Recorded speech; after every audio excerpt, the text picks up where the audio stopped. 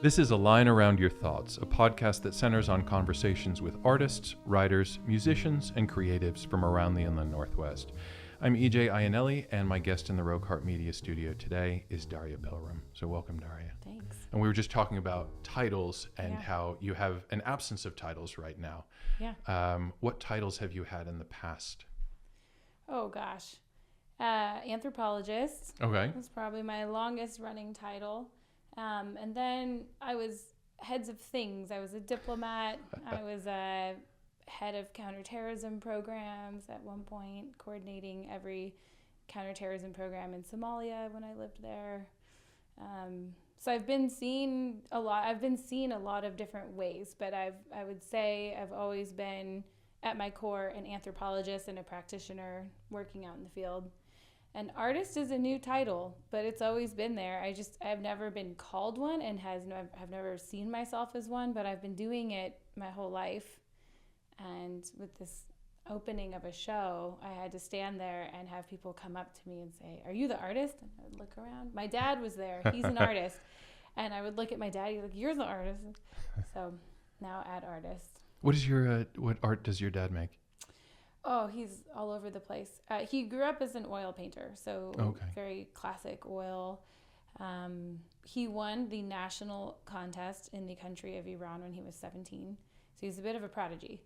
And but he's graduated into so many things. He currently has a photography exhibit, so he does everything, anything. Yeah, works in multimedia, huh? Yeah. And when we were, when I was thinking about how to introduce you and, the various tangents that we could take or the various threads that we could, the paths that we could go down, it's hard to know where to start because you have involvement in the creative economy here. You're an Economic Recovery Corps fellow.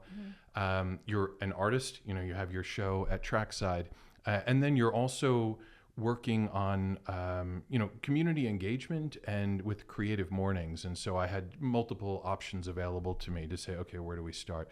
So I think since you brought it up, let's talk about the Trackside Gallery and the exhibition that you have there. And this is Embracing Imperfection. Mm-hmm. Okay. And Kintsugi. So do we start general and then kind of dial in, or how do we approach this? Yeah, let's do that. I'll start with ceramics. So in 2014, I was diagnosed with PTSD, which was a really major transformative experience for me. I knew something was going on. And was that from your work in Somalia? Afghanistan. Afghanistan. So Somalia came later. I kept going. Okay. But I had redeployed from Afghanistan as a civilian, and I was a civilian working in intelligence attached to special operations. So I spent a year deeply embedded out in some very scary places. And a lot of things happened while I was there. And when I came back, I'm from the Bay Area, and I had heard about a study at Stanford. And they wanted to do brain scans of veterans. And I said, well, did you know there's a whole category of frontline civilians who work in development and intelligence? They are out there shoulder to shoulder experiencing everything that their military partners are experiencing. I was armed, I was uniformed. You really wouldn't know who I was when I was out there. And yet, when I came home, my final flight from Afghanistan, through a series of unfortunate events, was a Southwest flight through Las Vegas. Mm. So I was in my dusty field clothes on a plane with a bunch of people that were inebriated coming back from Vegas for my family to see me for the first time. And so I think there was just a lot of misunderstandings or things people didn't understand about civilians who are out in combat zones and what they're doing and what they're experiencing. So I signed myself up. I got through the process with Stanford. So I was the first civilian in that study, and it was a longitudinal study. And so they hooked me up to all of the brainwave stuff, and I got pictures of my brain, and then a few weeks of conversations with different doctors and interviews and psychiatrists, and really trying to understand all the different aspects of what happened to my brain over all these years of deploying and doing things. So I was prescribed ceramics, and now social prescribing is something that people are starting to understand a little bit better. It's gaining a lot of visibility. There's a university in Florida that's really leading the way on this. But this was me now more than 10 years ago told, pick up an art form and start working with your hands. So that's a very long-winded story of how I got to ceramics. Excuse me. And then there was a studio that I followed on Instagram for just form factors out of Japan. And I loved the style and aesthetic of Japanese ceramics. And so one day they posted, do you want to come to Japan to learn kintsugi? Now, I knew about kintsugi. There's a lot of metaphors about what it means and making broken things more beautiful and celebrating scars. And so, of course, philosophically, I was excited about an art form that celebrated all these things that I was told happened to my brain or happened to other people. And it was very much a self-centered interest. I was very interested in this potential healing process through the art. So I'm reading the post and I'm thinking, well, I'm back at the Department of Defense. I can't just up and quit my job and go to Japan. And at that time, I worked in these windowless offices called a SCIF. It's a secure area. I was working on these classified programs. I would go to these really fun cities, and then I would sit in these windowless offices all day, hearing things that just would scare the hell out of you. And I came up for air, went out to dinner with my colleague, and he said, what would you do if you could do anything right now? And I pulled up the post on Instagram, and I said, this POJ studio in Kyoto, the applications are due, and there's a big process to get in, but if I got in, I would have this super unique experience. And so he said, why don't you just apply and see what happens? And so it was due that night. I went back to my hotel room, filled it out, surprising amount of questions and essays I had to write about why I wanted to do this, kind of threw it out into the ether, didn't think about it. And a couple months later, they were like, you're in if you want it. And I said, I think I do. And I just upped sticks and quit my job. And left my That's defense fantastic. career. Yeah. There were other parts to that, but I just kind of reached this moment where, in my 20s and 30s, it was all about knowing everything. I wanted to understand how all of this was happening, and I got myself into the deepest, darkest, most interesting places, and I spent 20s and 30s out in the field, deeply understanding and exposing myself to just the absolute worst and best of humanity, just absolutely all of it, and seeing and hearing and understanding things you just wouldn't imagine. And then I had this tipping point where I have a fiance that I love, a house that I love, like a domestic life. I kind of realized what it meant to come home. And I stopped wanting to know those things, to be honest. I reached a point out of one of those windowless offices where I was like, this is actually too scary, and it feels really unfair for such a small group of people to hear these things and hold them while they're walking around trying to live a normal life. And so the opportunity was really remarkable. It was quit my job, end up in Japan, and have nothing to do but art. That was the plan.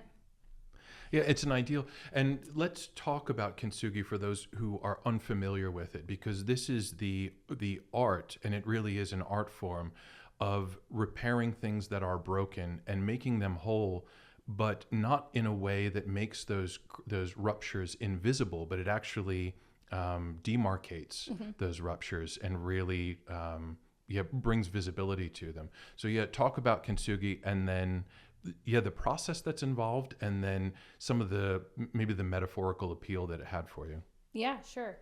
So kintsugi is this repair process, and through the words, you would think it's repair through gold. And a lot of people will say, oh, you repair things with gold. And really what kintsugi is, as a process, as a thing, it's the use of this ancient tree sap called urushi. And the urushi is mixed with different materials, and it's a polymer, so what's the word? It cures with heat and humidity, which is kind of counterintuitive. It's this wet material when you mix it, and then adding humidity and heat causes it to harden and cure. And it cures like a polymer, so it gets stronger and stronger over time.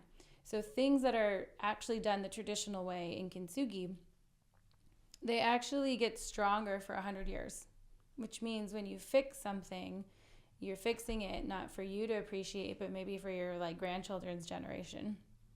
Now, what kintsugi is really, it's the art of fixing things that are chipped, cracked, or broken. Those are kind of the three types of repairs. Traditionally, it's for tableware, things that you eat and drink from. And philosophically, it's a part of these different concepts that they have in Japan that we don't really have words for. So one of them is wabi-sabi. So people talk about, oh, wabi-sabi. Okay, so what is it? Wabi is a celebration of simplicity, and sabi is things that are old and the celebration of getting older. And so wabi-sabi is the celebration of things that have been through things. Yeah. That's why when you see generally wabi-sabi things, it's things that are patched or put back together, done in a way that's really visible, and you appreciate that you've saved this jacket or this pillow or this sock, these things that we use every day. And so wabi-sabi is the philosophy of celebrating both the simplicity of it and the aging of it. And then there's a term called kaisheki. Can I look this up? Because I these posters are actually in my show, and I put them up everywhere so that people could understand exactly what they're looking at.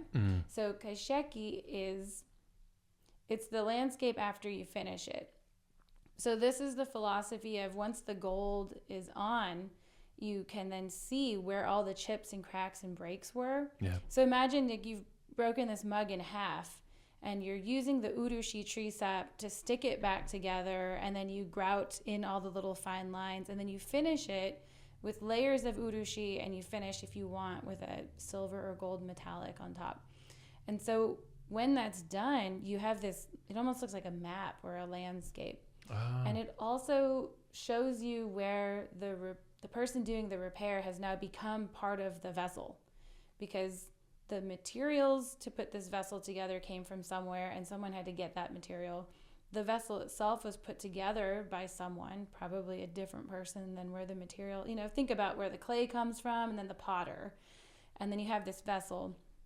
And then there's the repair person and the role of the person who has decided to keep it going. And by doing so, when you finish it with gold, this kaisheki is the map of what you're looking at, and it really then celebrates the person who is involved in keeping that thing going in honor of the person who got the materials, the person who made the thing. So it's quite spiritual, and it forces you to understand about things that are much bigger than yourself. Yeah, it celebrates the process of restoration and repair, and the restorer, the one who does make the old or the broken usable and new again. Yeah. And I hesitate to use the word new, because by using the gold, it really makes these fault lines conspicuous. But you said that that's intentional, because it creates this map of the vessel becomes a map. Yeah. Yeah. It's a map, and it shows you where these things were broken, and then it goes back to the wabi-sabi and the appreciation for the oldness of it and the scars of it. Okay, the other one I want to tell you about, this word trips me up every time, motenai, which I am probably butchering. This one I wanted to include because something I learned a lot about through the whole process of going to Japan and doing this was the idea of the circular economy. And motenai is really, it's the opposite. It's this regret over waste. And so by doing kintsugi, or saving things and repairing them, and then choosing to invest in things that are worth saving and repairing, in some ways, at least from a Japanese perspective, this is an act of resistance.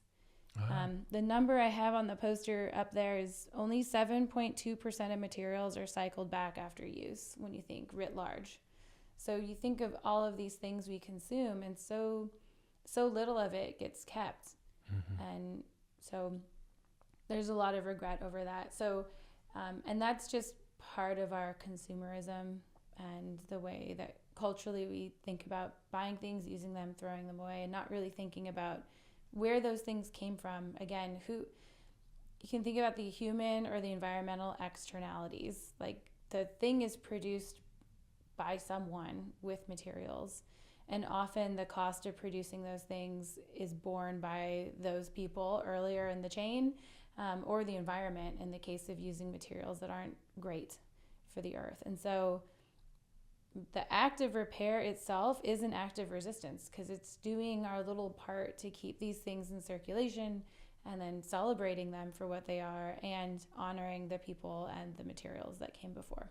Yeah, I'm trying to think of another art form that is so inherently symbolic and philosophical. Like the very nature of that art speaks so many volumes to all these things that you're talking about, the reuse, the act of resistance, the restoration, and the longevity.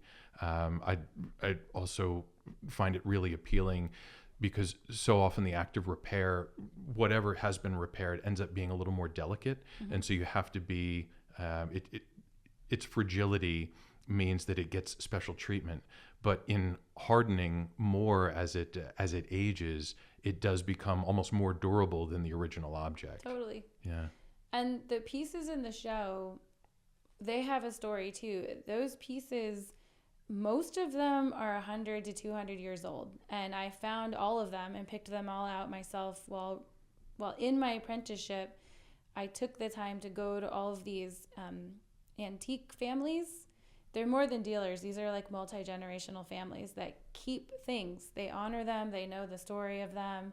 It's a part of Japan's history and culture and heritage to know what each of these pieces of tableware means, what each color means.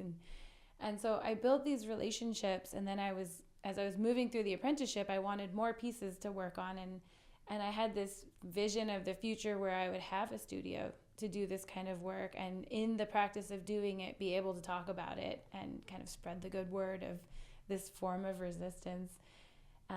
So the pieces that are in the show, I noticed when people were interacting with them, they were thinking, where could I put this in my house? Who could use something like this? And I kept buzzing around saying, well, it's meant to be eaten off of or drunk from. Right. They look precious, and of course they're expensive. They're old, and when you think about what it took to get that piece to what it looks like today in Spokane, Washington, that thing has been through multiple countries, a huge road trip to move here, and usually about 6 months for any kind of repair. So that's the reflection of what you're looking at, but it's not precious. And in Japan, these pieces, you see them on tables when you're eating in these family restaurants. They're all chipped and repaired, and people take a lot of pride in displaying them and using them again. And that was your first solo show. And was your residency at the Hive in preparation for that? Because you did have a residency at the Hive. I did. The day we drove into Spokane, that weekend was Print Fest, and we went to the Hive. And I was thinking, okay, I'm here to work on the creative economy. I don't know what that is. So ahead on the road trip here from Nashville, I was looking up every creative event where I could just show up and be like, what are you doing? And so we got to the Hive, and it was Print Fest, and I was buzzing around like, what is this place? And I found out it was a art residency. So again, the application was due like a day later, and I just applied, and I said, this is what I want to do. I did 6 months at the Hive. And really, that was just building confidence working solo as a practitioner, because in the studio in Japan, I had all my mentors there talking me through all these things. And so it took the whole time at the Hive to get comfortable and get into the flow of the work. And again, I have such a deep appreciation for these materials that I'm handling. Mm-hmm. The tree sap is actually quite poisonous to a lot of people. I'm not allergic to it. It comes from a tree that's similar to a poisonous sumac tree. Oh, okay. And so there's that aspect of it. And I know part of my apprenticeship in Japan was learning where they get all of it from. I mean, it's like less than a cup is harvested from each tree. So oh, wow. You don't want to waste the material, and you also want to be really deliberate with using it. So my hands would shake when I was doing things with it, because I was so it's just so special to me. And because of the apprenticeship, I trekked out into the woods to meet the people that harvest the trees, and we went to the refineries, and we went to the temples where it's used on the wood to preserve all the wood at the temples. And so they inundated us with so much appreciation from like, I know where the hair on the brushes come from, like the women whose hair is in those brushes. So anyway, all that to say, my time at the Hive was spent mostly just getting comfortable in back into the swing of things after such a big move and transition. And so I finished quite a few pieces and was surprised to have so many. Now, the show at Trackside wasn't originally a solo show, but over months of talking with Mark and Chris and Gina, it started formulating like, okay, this is going to be a solo show. And luckily at the Hive, I finished a lot of pieces. And the pieces are small. These are like ancient antique sake cups, right? And so at first I thought, I need a ton of pieces. And then when we started doing the installation, I realized, oh, you can put one tiny cup on a whole pillar and it looks awesome. And actually putting 5 of them on one pillar looks ridiculous. So I ended up having way more than enough pieces, and it really filled the room, but just in a perfect way.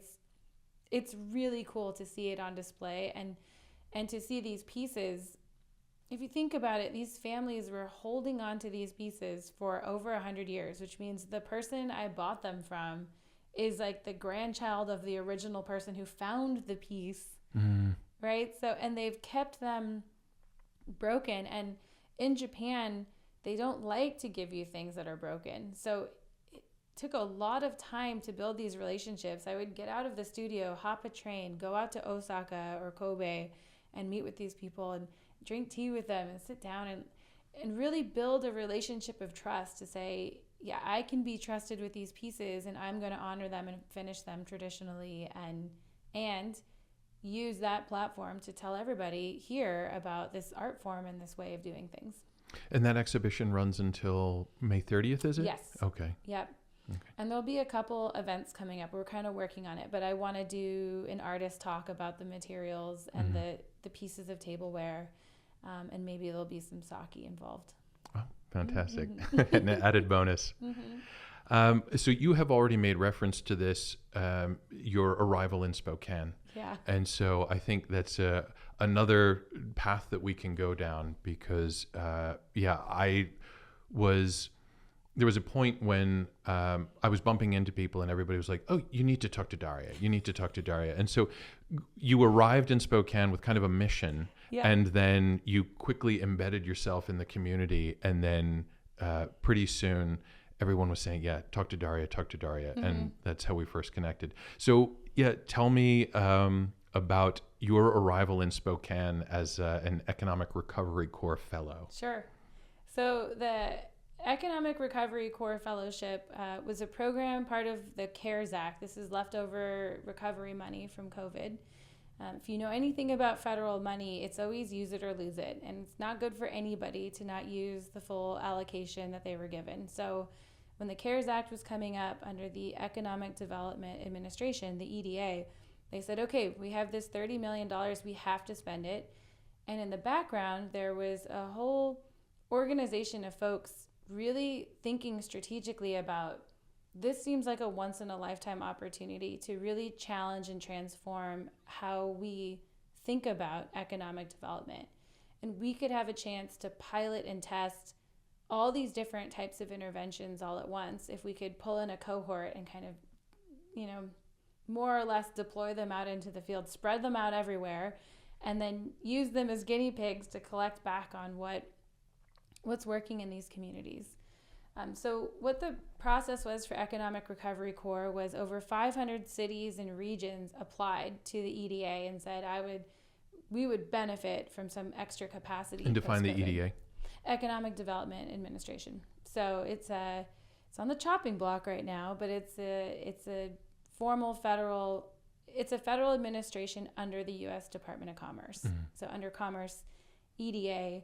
These are really the folks out in the field who support economic development activities. So we have, a federal representative from, the U.S. Department of Agriculture. You have U.S. Department of Energy. You have U.S. Department of Commerce in the form of the EDA out here. And those folks, so the EDA came up with this program. They had 500 cities and regions apply. One of those that applied it was a combination here of Greater Spokane Inc., along with the Coeur d'Alene Economic Development Corporation, so the EDC out at the CDA. Okay. CDA, EDC, GSI. Whenever government is involved, there's a ton of acronyms. I know. So, yeah. And I'm relearning a whole new set. Department of Defense has its own language. This Commerce and Economic Development is, ED. It's kind of a problematic acronym. But each of these economic recovery fellows had their particular remit. Yeah. And yours was specifically creative economies, no? Amazing foresight on the part of both of these economic development institutions here in the region. The state of Washington has one of the largest creative economies by GDP. It's growing fast, it's outpacing a lot of the other economic sectors. And is that mostly King County or that area, the western side, or is it the eastern side as well? The eastern side is keeping up on par with GDP in the U.S., so we're not left out. We're not underperforming. In fact, we're on par with other economic standards. So King County obviously provides the boost that the state gives the state that level of recognition, if you will. But I just heard from our representative. So the Commerce Department at the state level now has a creative economy sector lead. So let me back this up. So there's a federal program, and the federal program said, we want to dispatch transformative new way of doing economic development. If you know anything about traditional economic development, it really focuses on large corporations and things called site selection. And it's really planting people in cities to draw big companies in who often get a lot of tax breaks and a lot of incentives. And so traditionally, the relationship between economic development and local communities can be challenging. And so the Economic Recovery Corps is this opportunity to take mid or senior career professionals who are trained to do all sorts of different things. Not all of us, I did not come from economic development, but can we drop them into a community and start with the community, look at the assets of that community, look at the things that have economic potential to help boost the community post-COVID. And they had to have a certain socioeconomic status. So again, 500 cities and regions applied. They chose 65. 1,400 potential fellows applied, and they chose 65. Now, if you recall, I had quit my job to go to Japan, and that was like months out. And so in the interim period between getting to Japan and finding out about the fellowship, I was applying and kind of going through this insane 6-month recruitment. I mean, it was one of the most thorough recruitments I have ever been through. And now I know why, because the job is really sensitive. It really requires being able to interact with a lot of different people and being able to translate value to all different people about what we're talking about. Okay, so imagine you've got 65 fellows, 65 cities. Each of those places had to pitch a compelling idea for recovery. And so when I talk about foresight, it's interesting because they were looking at the numbers, and you can't argue with the fact that the creative economy for our state and for this region shows tremendous potential. And who is they? Is that GSI and GSI and Coeur d'Alene EDC? I see. Looking at those numbers, but also now thinking about the fact that the State Department of Commerce, they have these sector leads for every major economic sector. Agriculture, healthcare, like the big ones. Creative has one now. Okay. And so Shannon is the sector lead. So they're looking at, well, what sectors are important for us to focus on? And interesting that creative has a disproportionate number attached to it. I mean, it's a multi-trillion-dollar industry across the United States. It's our second largest export. We're the second largest exporters of creative things around the world.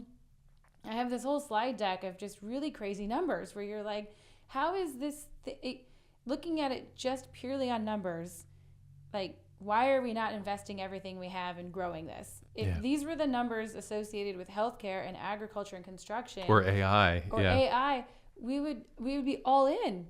But it's this very unknown, kind of mysterious sector, right? It's not a clear pipeline of talent. It's not clear how you get in. It's not clear how you make money. It's not clear how you live off of creative things.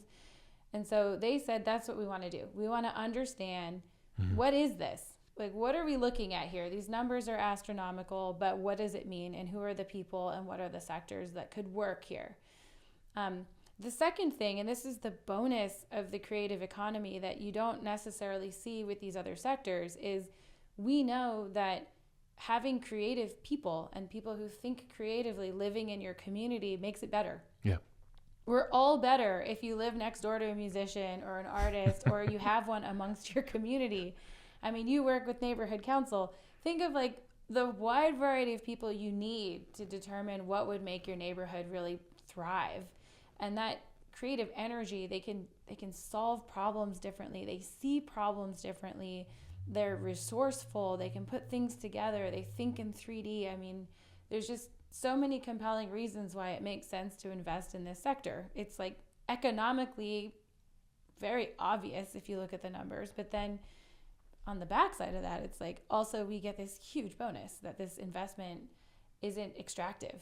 Right? Yeah. It's an investment that gives back to everybody who's around that creative energy.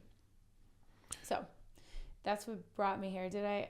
No, I now I have a really good understanding of how you arrived and the rationale behind that.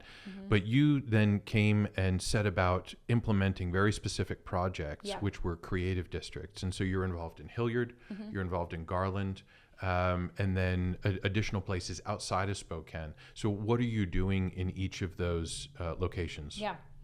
So similar to my past life, this is going back to, I swear there is a connection here. You know, I was often dropped into foreign places with a remit. Like, here's your assignment. We want to get to this. And I'm dropped into these places trying to figure out, well, what does this mean? Who came up with it? What, and how do I define that? And then you're out in the field and you're looking at what are people actually doing and thinking and why? And is there a connection? Can we thread this needle between what I'm supposed to be doing and the outcomes I'm supposed to be getting for these stakeholders, or the funding and the color of money that's paying for these things, and what people actually need locally? So it was very prescriptive. So there were a couple challenges on arrival, right? First challenge, Greater Spokane Inc., really fantastic organization, probably not the first group you think of when you think creative in Spokane or the region, right? Same with Coeur d'Alene EDC. Those are not the people that are... Yeah, they're very economy minded, but as you're talking about the power of the creative economy, Sure. And therefore it makes sense then if they're seeing these numbers attached to the creative economy, exactly. then it suddenly does make economic sense. Exactly. Yeah. What was missing though was that connective tissue to the creative people and things. Yeah. Right. Yeah. And so what's unique about my fellowship is I'm not filling the capacity of something they were working on and they needed like a boost. It was more like perfect for me. They said, we don't really know what this is, but we think it looks like it could be a good thing. It could be a very good thing for Spokane. It could be a very good thing for North Idaho. Timing seems right. So I was here mapping the landscape and kind of figuring out, what does this even mean? Yeah. And specifically for our side of the state and for this region, if you look at Spokane and Coeur d'Alene and North Idaho, there's actually so many connections between artists and musicians and creatives. They go back and forth. Mm-hmm. So that border is very fluid for a lot of different reasons.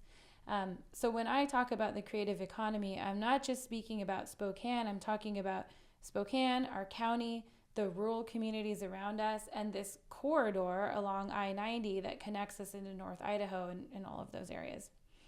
And even as far as Kellogg. No? Oh, yeah, I'm working in Kellogg too. Yeah, I'll tell you about that. So how it looks is, prescriptively, they had to have a compelling project. So they said, well, also, we noticed that the state of Washington has a certified creative district program. So our fellow is going to come to Spokane, and she's going to put a stake for Spokane because we don't have a certified creative district. So again, we have the numbers, but we don't have this designated space. And having that designation puts Spokane on a unique map. It puts us on the state map to say, if you looked at this overlay, You've got all these dots over here in the western part of the state. You have these rural communities really doing cool creative things. So those are like destination communities. And then there's this kind of awkward gray area over Spokane where there's nothing mapped to say like this is a creative area.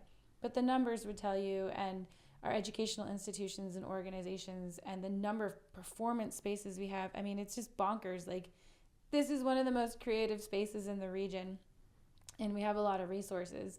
We're not on the map. So they said, you're going to make a creative district. I said, all right. Where, how would I even go about this? So when you and I met, it's because I had over 400 cups of coffee, and I did keep a tally for a while where I said, I'm going to park. So I know I've got this outcome that I'm supposed to get to. It's a creative district. I'm going to park it over here. I'm going to go about mapping the landscape. I'm going to open myself up to talk to anybody who considers themselves in or adjacent to this creative economy. And I took one of those snowball approaches where every cup of coffee led to like, you should talk to this person. So like on and on I went, and my fiance Lane would watch me. I'd leave in the morning. I'd have like 5 cups of coffee, just meeting after meeting after meeting. Eventually, I started to understand the landscape and say, okay, we have all of these organizations mostly working in silos, right? So we've got these, at the time when I first got here, pots of federal money, pots of state money, pots of philanthropic money, and these organizations operating out of a kind of like a mode of scarcity are competing for the same pots of money. Mm-hmm. And they're working almost against each other, maybe without knowing it, but they want the same outcomes. So I started mapping this in my head, and this is something I'm really good at, and I'm trained to do this from my past life, is to kind of look at the whole system and start looking for these patterns in the system. So you've got these passionate people, these resources, this level of education, this talent pipeline that's kind of broken. And then here in Spokane especially, we have a lot of vacant, blighted spaces. We have these amazing business districts. We have not just downtown, but including downtown, historic buildings just because of the history of Spokane. So we've got this, this synergy and energy of people. You've got these resources, you've got these empty spaces, and then you have all these competing priorities kind of happening at the same time. So when I went about to fulfill this ask of a creative district, I started looking at, well, where are the communities that check most of the boxes of what the state requires to be a creative district? And then where do I feel invited to come in and work with people? Because not all districts are the same. And where are there opportunities to test out and pilot policies or programs or projects that would be super valuable all across the area, but where we have a safe place to kind of test these things out? So I was looking for those different intersections, and that's where Hillyard kind of came in. Well, Hillyard and Garland, no? And Garland. Within the city of Spokane. Yes, it started with Garland. So we had a lot of momentum with Garland. The challenge when we first started with Garland was we had this core small group of really dedicated folks who really wanted this for Garland.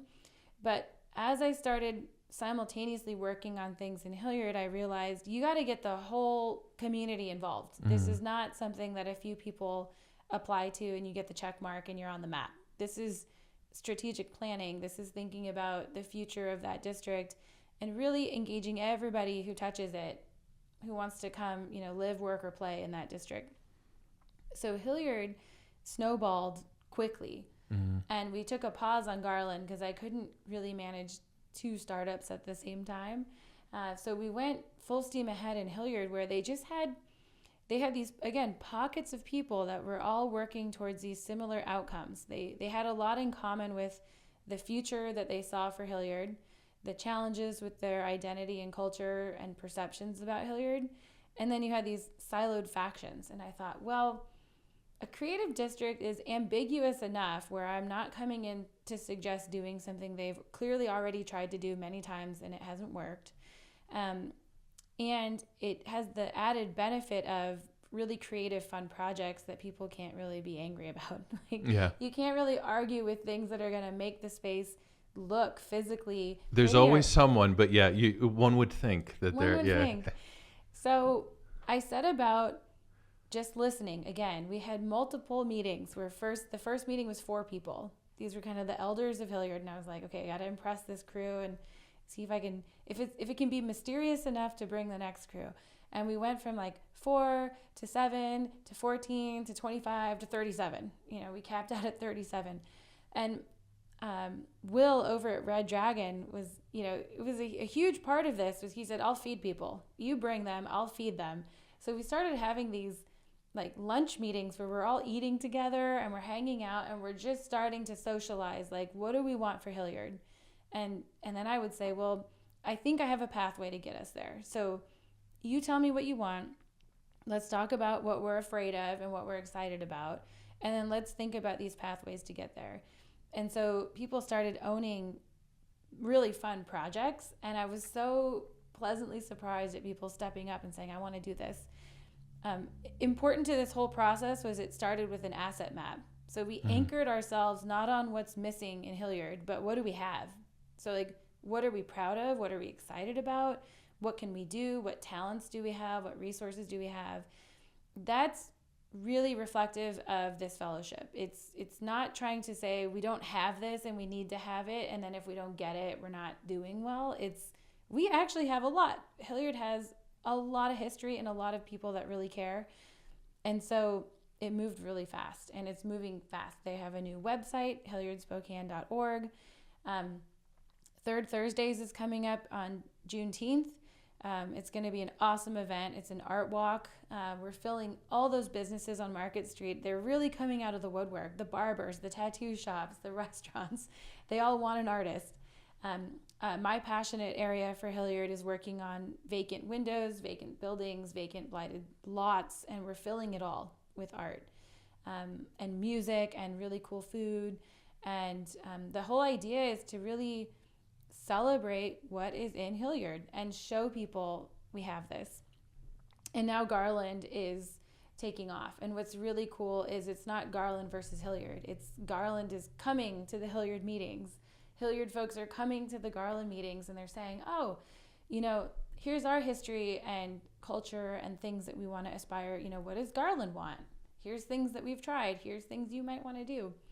So I think what you'll find is there are certain pieces and aspects and components of a creative district that people can get off an airplane or arrive in Spokane and say, like, I think I know what I'm going to get if I go to Garland or Hillyard. At the same time, they're going to be distinctive. You have the theater in Garland that really anchors that as an institution. There were performance theaters, and there could be again. And so a big part of this process is, what do you want to see come here? And how do we attract it? And then we're incubating these ideas, right? We're thinking about, how do you transform vacant spaces into something? What are the sticks and carrots that would compel folks to want to keep those spaces active? We know historic buildings, they're living things. And if they're empty for too long, they deteriorate very quickly. And it kind of looks like a jack-o'-lantern when you have these investments going in, and then you have to walk past 2 or 3 or 5 empty windows and broken sidewalks to get to the next cool thing. Doesn't really inspire a lot of excitement for the area. So yeah, and this is why I had so much trouble gathering my thoughts at the outset, because there's so many different areas to explore and so much overlap here. So one thing that you noted, and that I think is worth pointing out, is that so much of this came down to relationship building, and it's very similar to the relationship building that you were doing for your art practice. And so, establishing those relationships with the families is very similar to sitting down and, there you were having tea, here you're having Red Dragon, and establishing those relationships.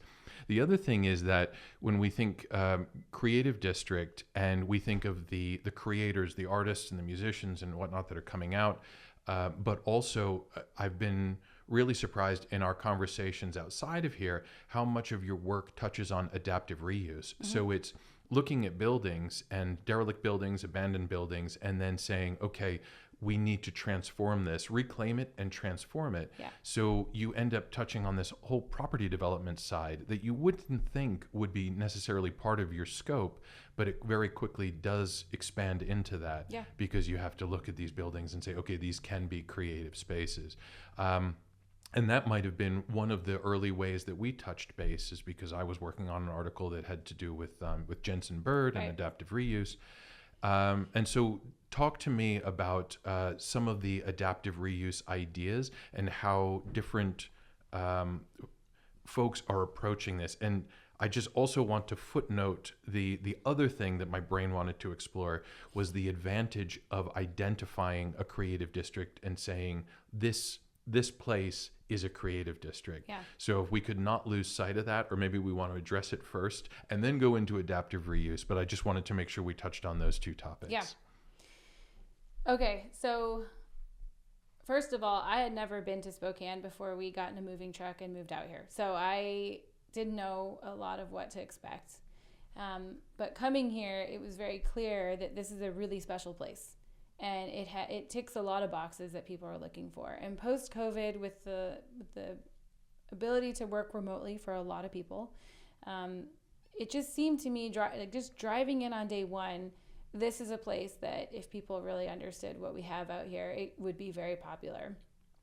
So again, planting that in the back of my head, as we start thinking about the creative districts, it's like caring for the district and providing it this identity that people are proud to have means they're going to invest in it. And we can see from all over the country, even thinking about Asheville. I should have said that before I moved here, I started the fellowship remotely.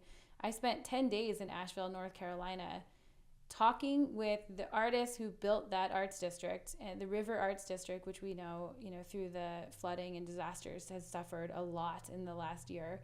But when I was there were these $1 million condos being built around this district. Mm-hmm. And people were really afraid of what that was going to mean for the cost of living and accessibility of the arts and how to keep an authentic arts district. So I was always thinking about, there's a double-edged sword here. We can do something that really uplifts and celebrates this thing that is very clearly a cool thing and a cool place with a lot of rad people. And we need to be thinking about how to protect it and keep it accessible and keep those vibes and that culture genuine. So you can't just slam into a community and say, let's talk about anti-displacement. My not so secret about all of this is that I see the Creative District program as a Trojan horse. It's an opportunity to provide a pathway for folks to learn how to work with their neighbors, work with their local business leaders, think holistically about their identity and see themselves as this very capable, equipped, talented crew of people that can create a good life for themselves. And now that we've tested that with these projects, with Art Walk coming up and some of the other projects that you'll see, it's required a lot of teamwork. And that teamwork is now opening the door to having these other conversations about what does it look like if we want to fix up this building. So a couple examples of that, I had gone to the Reclaiming Vacant Property Conference in St. Louis, such a good time, and spent the entire week looking at whole neighborhoods of reclaimed properties and community benefit policies and community land trusts and community land banks, and started understanding these concepts. And then I came back to Spokane and I said, okay, I think there's a world here where we can save these buildings, and maybe we can look at micro investments or funds or ways that the community, if the community can't own it, it can own the plan and strategy that will dictate what can and can't happen here. So that's sort of what we're testing now. A couple of great examples. So Will from Red Dragon, he bought the building next door. So you have Red Dragon, then you have a parking lot. That parking lot used to be a vaudeville theater. Mm-hmm. So very cool. And you know that because on the side of the next building that he just bought, there's the original risers from that vaudeville theater are still imprinted on the brick of the building next door, which is the Peacock Emporium. Now, when I first moved here, we walked past it. It's this bright teal building with a peacock, and you're like, I don't know what that is. It looks like a ballroom. It's really cool. So what we did differently was he purchased Peacock and said, I want to bring something cool here. And of course, he was inundated with people who knew him and wanted to do certain retail things and really just kind of shove things into Peacock. And we worked together on a plan to understand, like, what would it look like if you saved this space for something creative? And what we did, which I really want to do all over Spokane, is we did these vacant building tours. So I brought artists, musicians, Spokane Arts, the city of Spokane, people from these wide different backgrounds into these buildings. And we would literally stand in a circle and say, what do you see here? What could you think or envision for this building? And so the benefit of that was you had artists, dancers, we had some fashion folks, like they were out loud sharing, I would do this, I would do that. And of course you've got folks from like the planning department thinking, ooh, red tape, no, can't.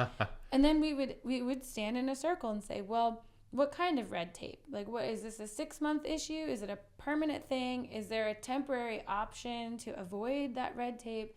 And so we're building relationships right there in the building together, saying, can't we all imagine this space being something really interesting? And what do we all have in this conversation as an asset or a contribution to making it happen? Yeah, and that problem solving, that on the spot dialogue that is problem solving. Here is our goal that we've identified, and who better to identify that goal than creatives? Yeah. And then what are the steps that we need to take to achieve that goal? What are the obstacles? Yep. And then you can immediately confer with the planners. They're right there in the room. And so we went through, there were so many good ideas that came from those conversations. And we did that, I think, 3 times. We had these groups of people coming in. And then eventually, through a series of events, a dance studio is going to open there. And that is remarkable, right? Yeah. And what we've tried to demonstrate in Hillyard is that bringing in these creative and experiential businesses and services benefits everyone around you.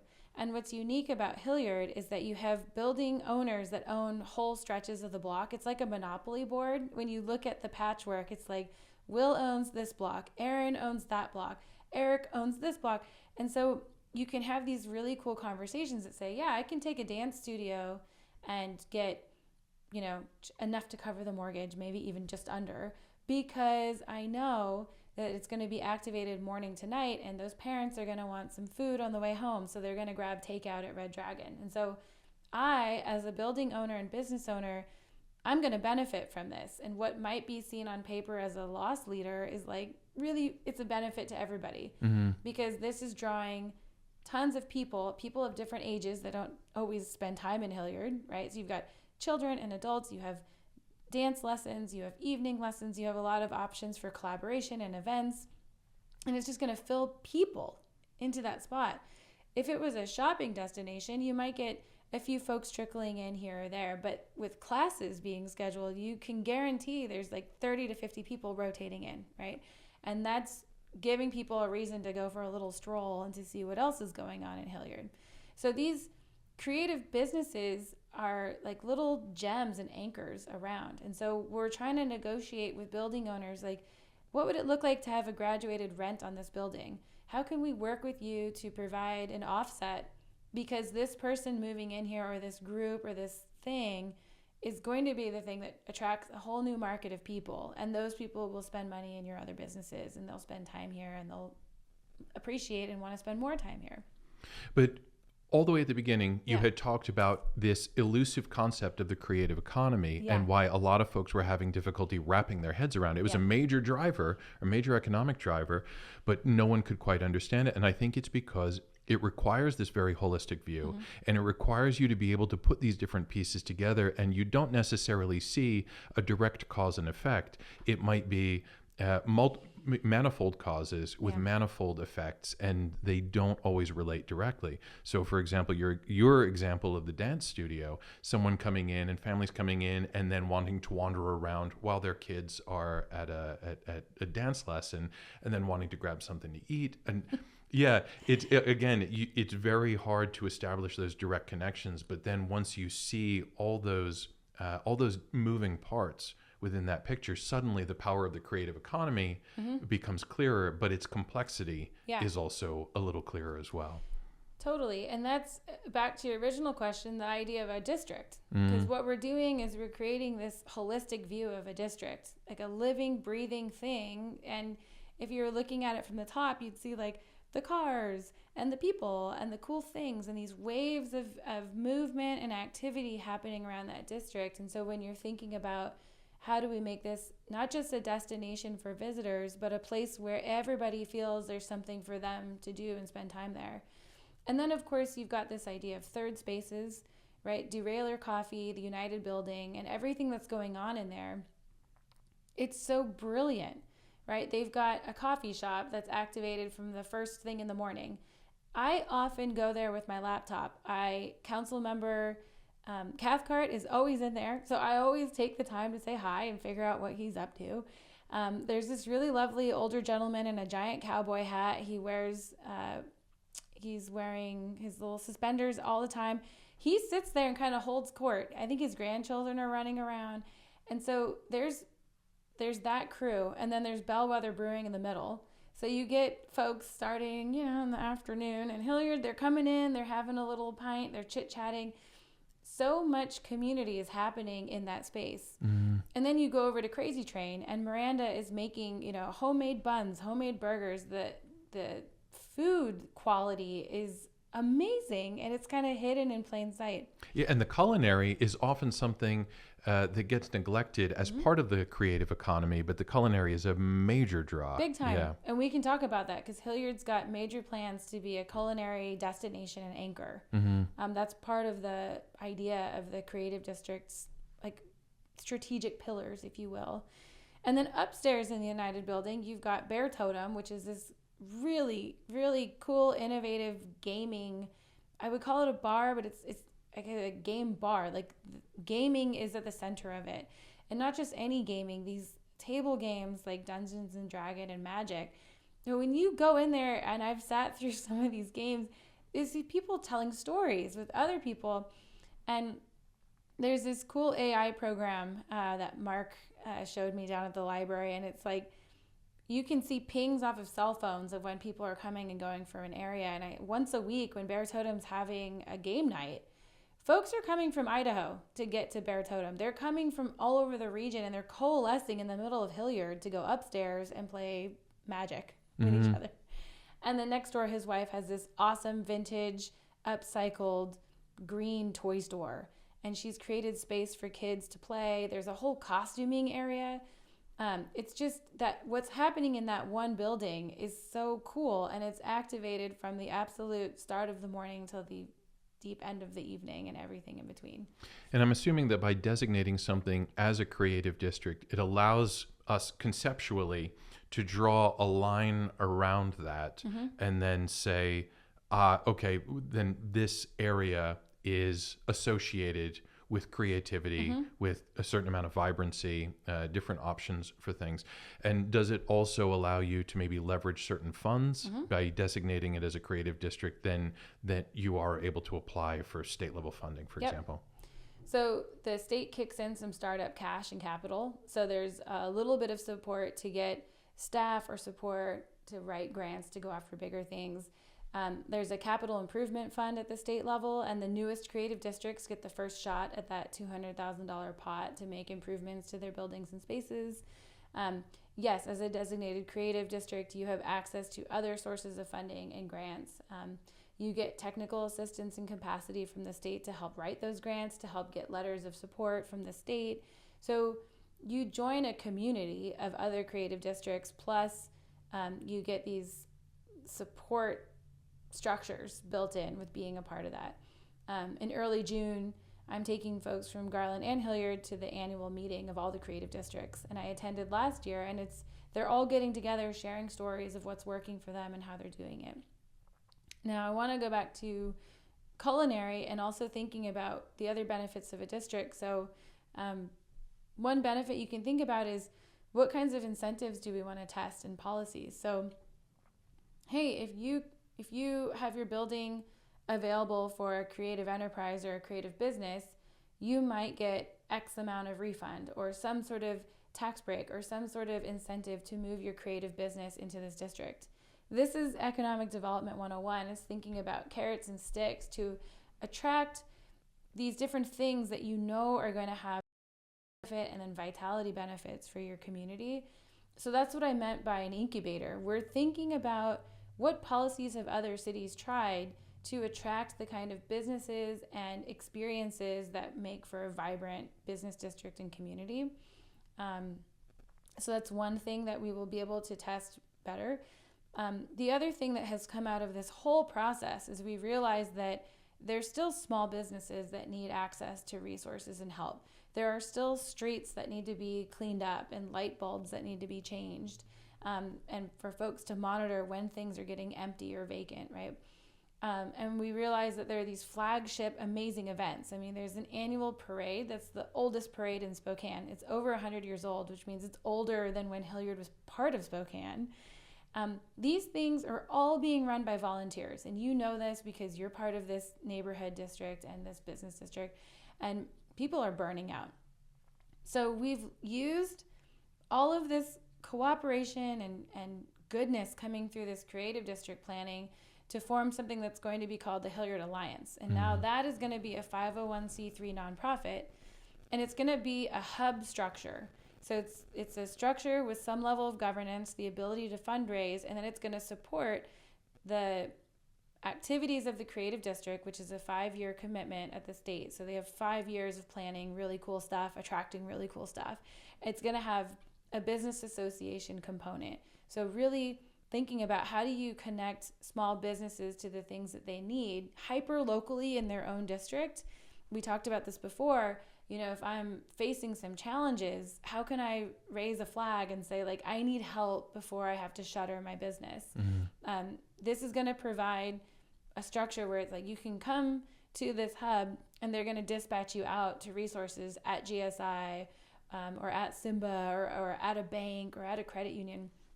And so this is really like this knowledge and resource hub for businesses.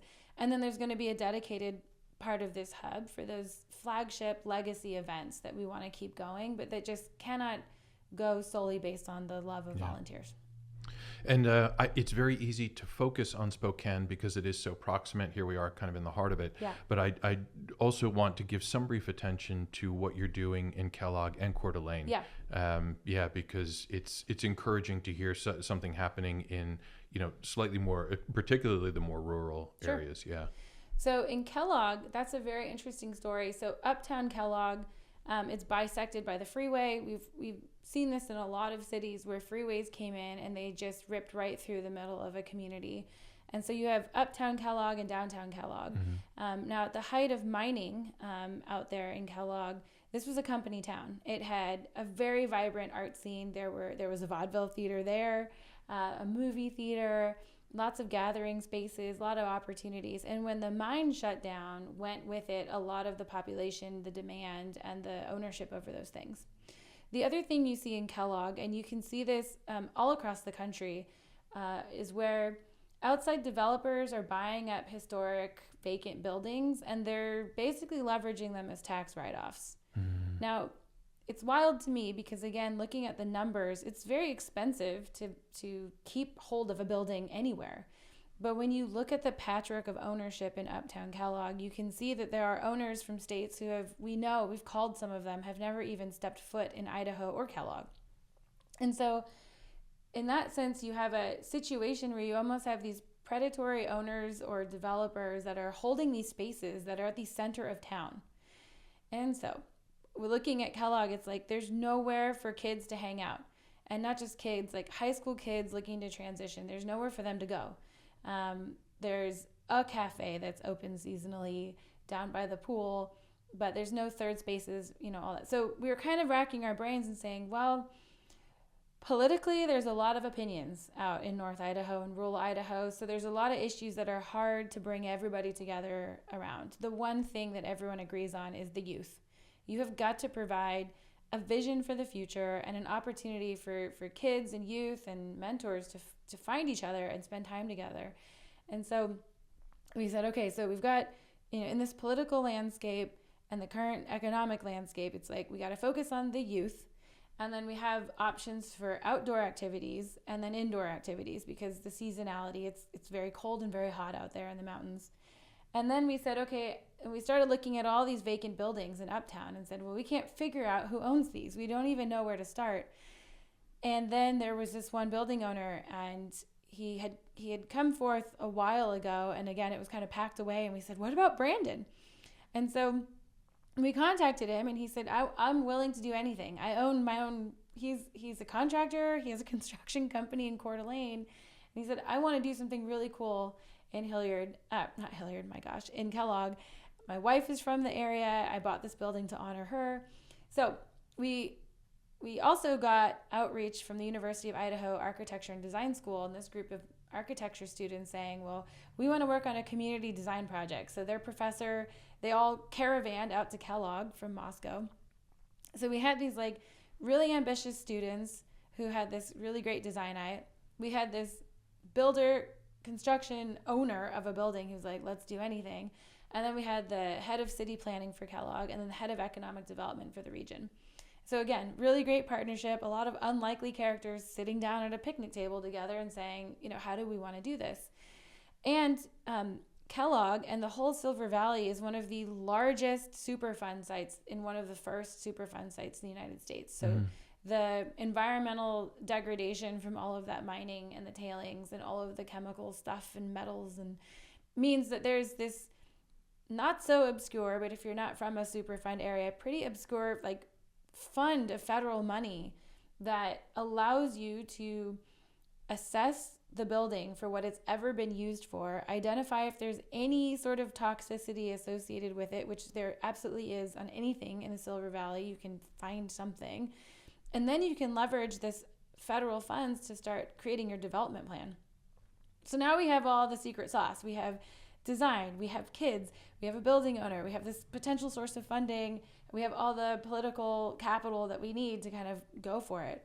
And then we walked into the building. And of course, like there's kiddie pools full of water, there are holes in the ceiling, and we're like, oh my gosh, this is a huge project.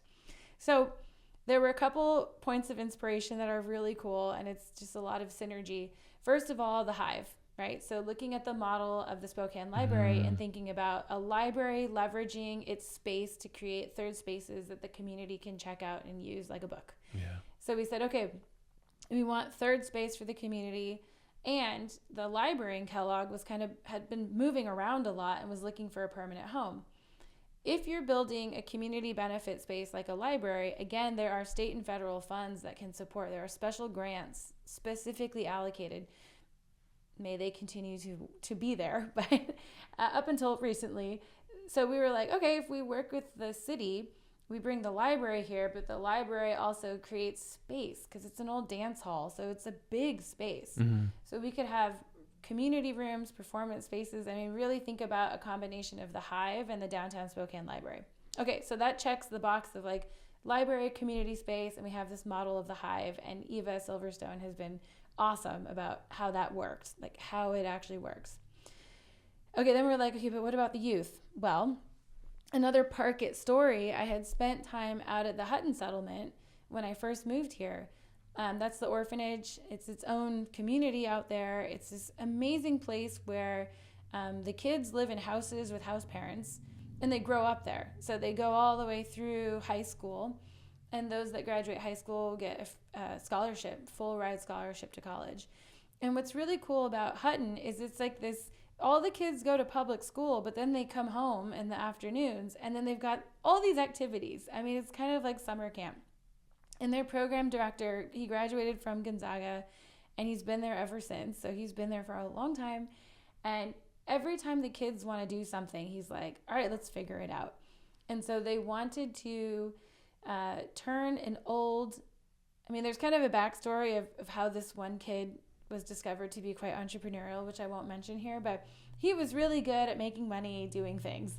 And David said, okay, let's channel that energy into a business. You need to learn business. And he said, okay, let's make this old storage place, because it was a farm. So there's these old farm storage areas. Let's turn this into a cafe. He's like, all right, if you want to turn it into a cafe, you all need to know how to retrofit the building and do it. And they took photos from Seattle, and they're like, and they made this space. I don't know if you've been there, but it looks like you've walked into like a third wave coffee shop. Oh, cool. It's just for them.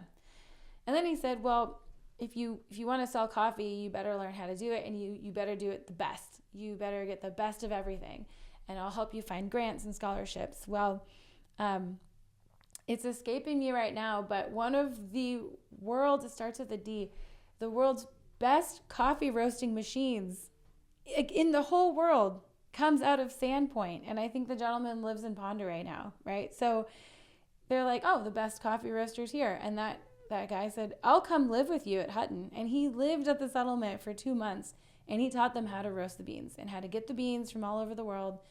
And so I am not lying when I say that Hope Coffee out of the Hutton settlement it's one of, if not the best roasted coffee bean you can get in the whole region. Okay, how does this connect to Kellogg? Well, so I'm thinking, well, Hutton has really dialed it in because, so they started with the coffee roasting. Then they're like, we want food. He's like, all right, learn how to make pie. So they start making pie. And they want fruit for the pie. So they start growing the fruit. So now they've got an agriculture program growing all the fruit for the pies.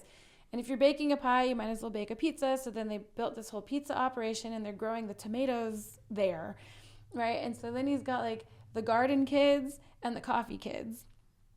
And they've got this whole enterprise. And anyway, it goes on and on with all these things. And I'm like, this is just amazing for Kellogg. Like, let's think about, how could we engage the youth of Kellogg with any number of these kinds of activities?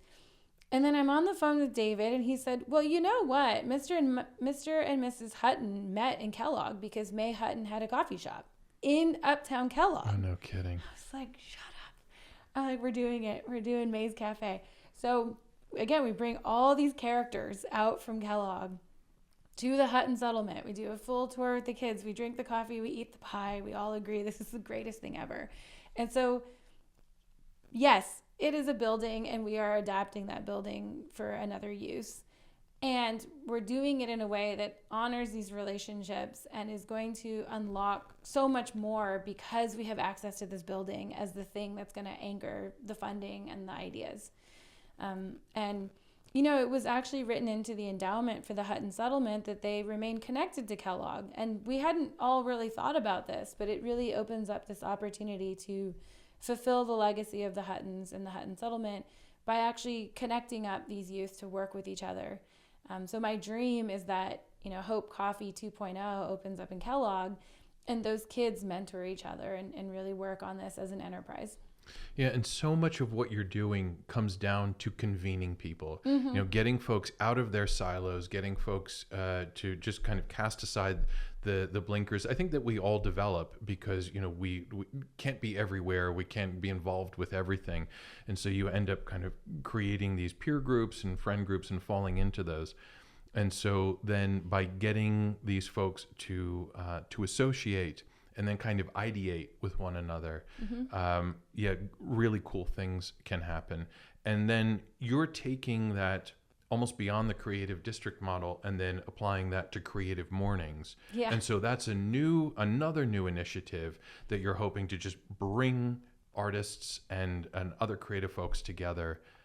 Talk about creative mornings and where we are on that process. Yeah, for sure. And I think you nailed it. The ability to convene people and bring unlikely folks to the table who all have something to contribute. I think it's a skill and it's a capacity that we don't always build in. We think about the nuts and bolts of building and making and doing things. But I'm finding that the fellowship has provided this really unique opportunity to just come and do that part. Mm-hmm. And what that does is it lets people celebrate all of that talent. And it's not stepping on toes. Everyone can keep focusing on what they're focusing on, but you need like that system integrator position. So Creative Mornings was really born out of a couple of things. I mean, first of all, Lane and I drove in here and I was looking around saying, well, how do I find the creatives? Creative Mornings, I was like, I'm here to do this thing and I don't know where they are and how do they convene and how do I get in? And a few people have said this, but like Spokane's just so cool that it's so hard. Like it's just so hard to break into some of these communities. So I had just come from Nashville, and I am not exaggerating when I say that part of the impetus for quitting my job cold turkey, more or less, while I was still out there, was because I was part of the Creative Mornings community in Nashville. And these are people that are like hustling, and they're designers and they're artists. I actually felt comfortable joining because I had previously been working at Twitter.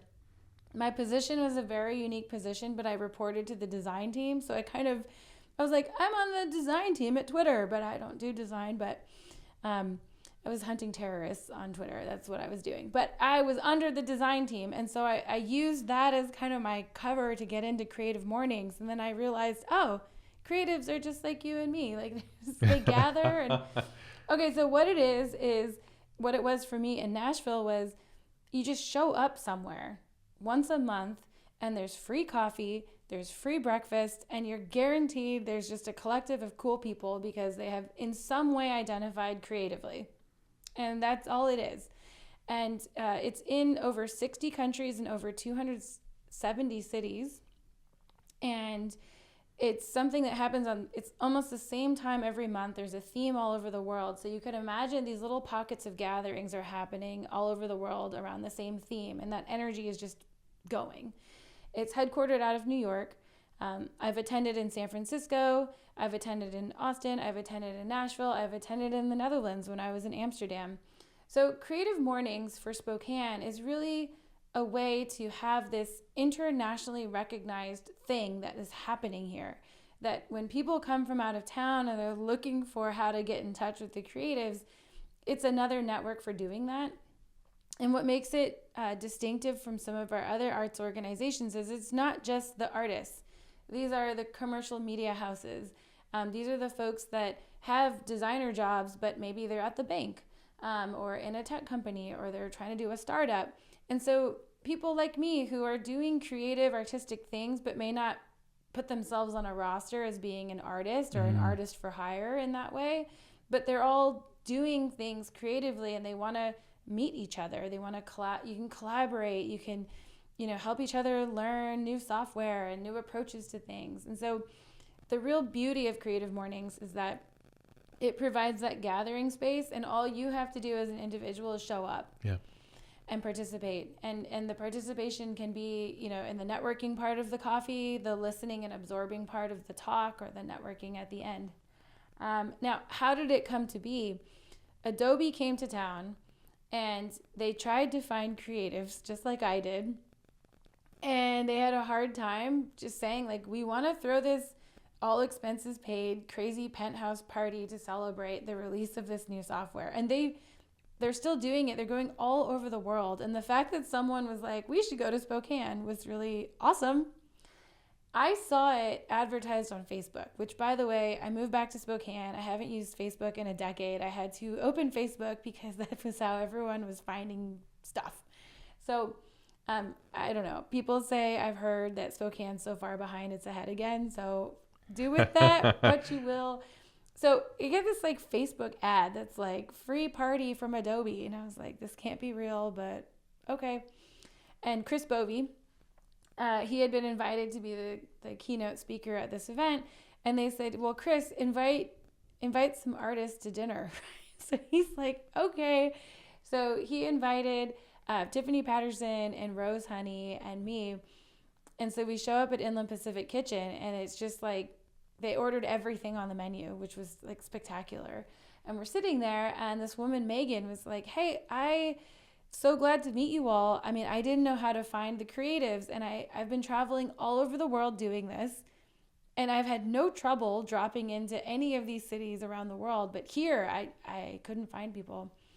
And so the event was the next day. Oh, and I'm sorry, this is the whole part. The whole point of this is Rose and I are sitting next to each other, and she says, you don't have a Creative Mornings here. I can't believe a city this big and established with this many creative things doesn't have one. And I said, I know, because that was like my home in Nashville. And she said, well, you should do one and we'll pay for it. And Rose and I, having never met, we were like, sure. She's like, okay, when we open up the stage tomorrow, why don't you two go up there and announce to Spokane that like you're doing it? Again, Rose and I don't know each other. And we grab our hands and we walk up on the stage and we're like, hey, imagine I'm like a month or two in here. I really don't, nobody knows what I'm doing. I'm like, hi, I'm Darya. We're doing this thing. And Rose is like, we're doing it. And we get off the stage, we're like, how do we do this? What does this mean?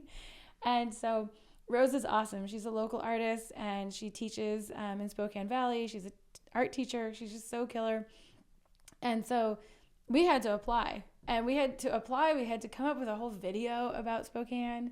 And so Rogue Heart Media, they like squished us in here, and we took all this B-roll and we did this video, and we had to wait. And then the headquarters was like, you're our newest city. And it's so exciting. It's fully branded. It's really spectacular what it feels like to join an international organization that's supporting what you're doing.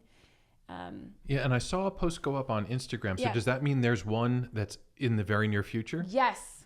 Yeah. So June 27th is our launch. We're still scouting sites to have this big launch. We hope that Adobe will join us for that first one, or they might. We're also thinking about like a fall homecoming spectacular with Adobe. We want to make sure that when Adobe comes to town, we really have this, quorum of folks that are excited to be part of it. But what's really cool about Creative Mornings, so, here in Spokane, we have a lot of events, a lot of creative gatherings, and a lot of it is people saying, I want to do this thing, and they're doing it, which I love that spirit in Spokane. People want to do something, they create it, and then they create it again, and then someone else creates it again.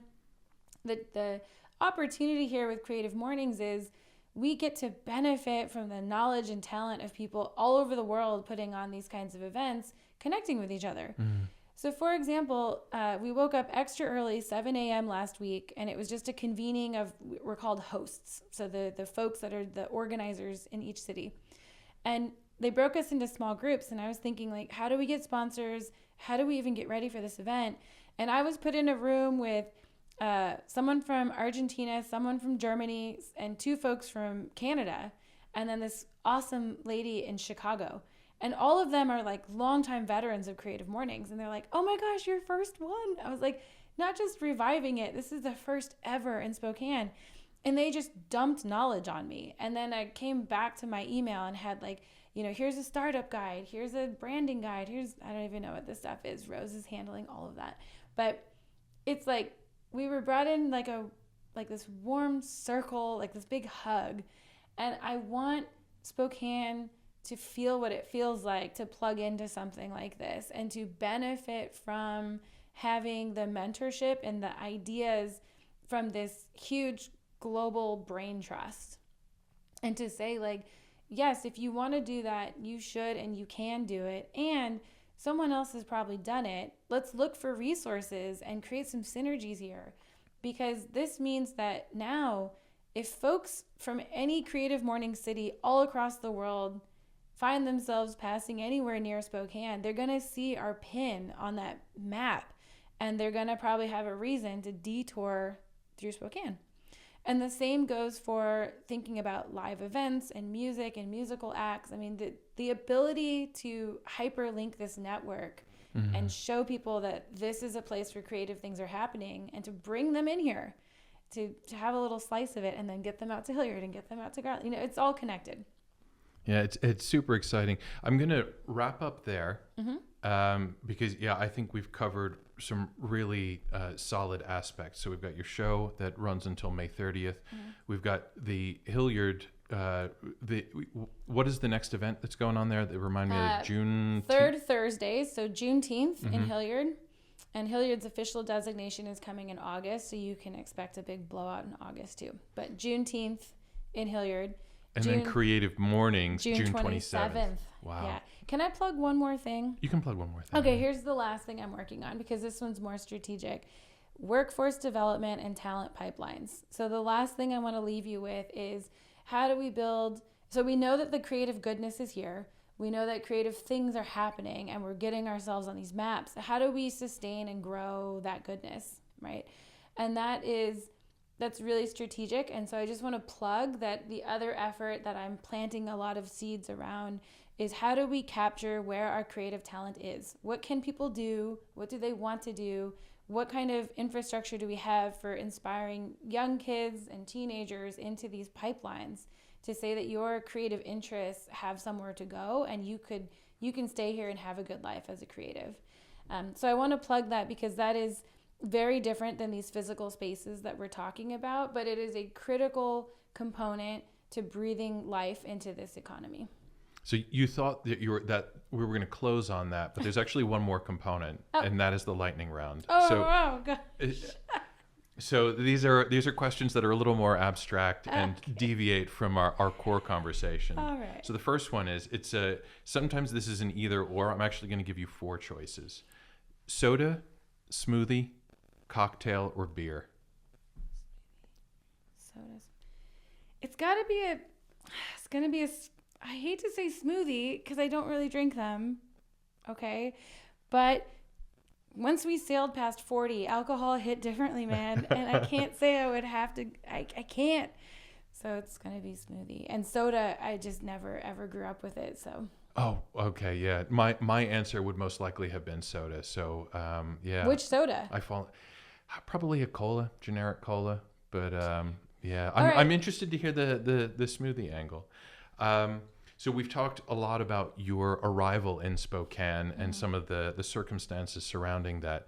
The biggest culture shock on arriving in Spokane?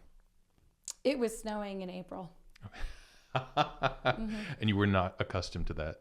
Didn't even have anything close to snow clothes. Oh, that's right. I think you said you had to go buy a snow shovel, and this was a novel experience for you. Yeah, I've never shoveled. I've never shoveled the steps. I've never experienced... It snows in Nashville, but we had just had spring, and then we drove all the way out here, and spring didn't come for another 6 weeks. Well, welcome to the city. Thank you. Yeah. Your favorite childhood toy that either you've held on to or that you wish you still had? Pez collection that my mom recently discovered has disintegrated in a box, but I had over 150 Pez that I had collected from when my mom was a kid, and those were my prized possessions. And they've disintegrated. They're gone forever? But she started buying me new ones, and I don't know what to do. I'm not ready to restart the collection. Oh, I have some that I don't know. I really need to repurpose them. Okay. So maybe if you need some kind of core dispensers to begin your collection again, I can give you those. I guess we're back on this train. Yeah. And then finally, I want you to finish this sentence. It evokes Seinfeld a little bit. But Great. What is the deal with? Oh, shoot. What is the deal with lilacs? You don't get the appeal? They smell great. Our neighborhood is, but they're everywhere. What is the deal with lilacs? Well, yeah, they give our city its identity. So. Well, cool. Darya, thank you so much for coming in today. And there is so much, I think, left to explore. Yeah. I'm worried about things going on to a 2-hour runtime. But yeah, I'm hoping that you'll come back in, and then maybe we can check in on some of the progress on some of these things. Yeah, I would love that. Thank you so much for this opportunity. Cool.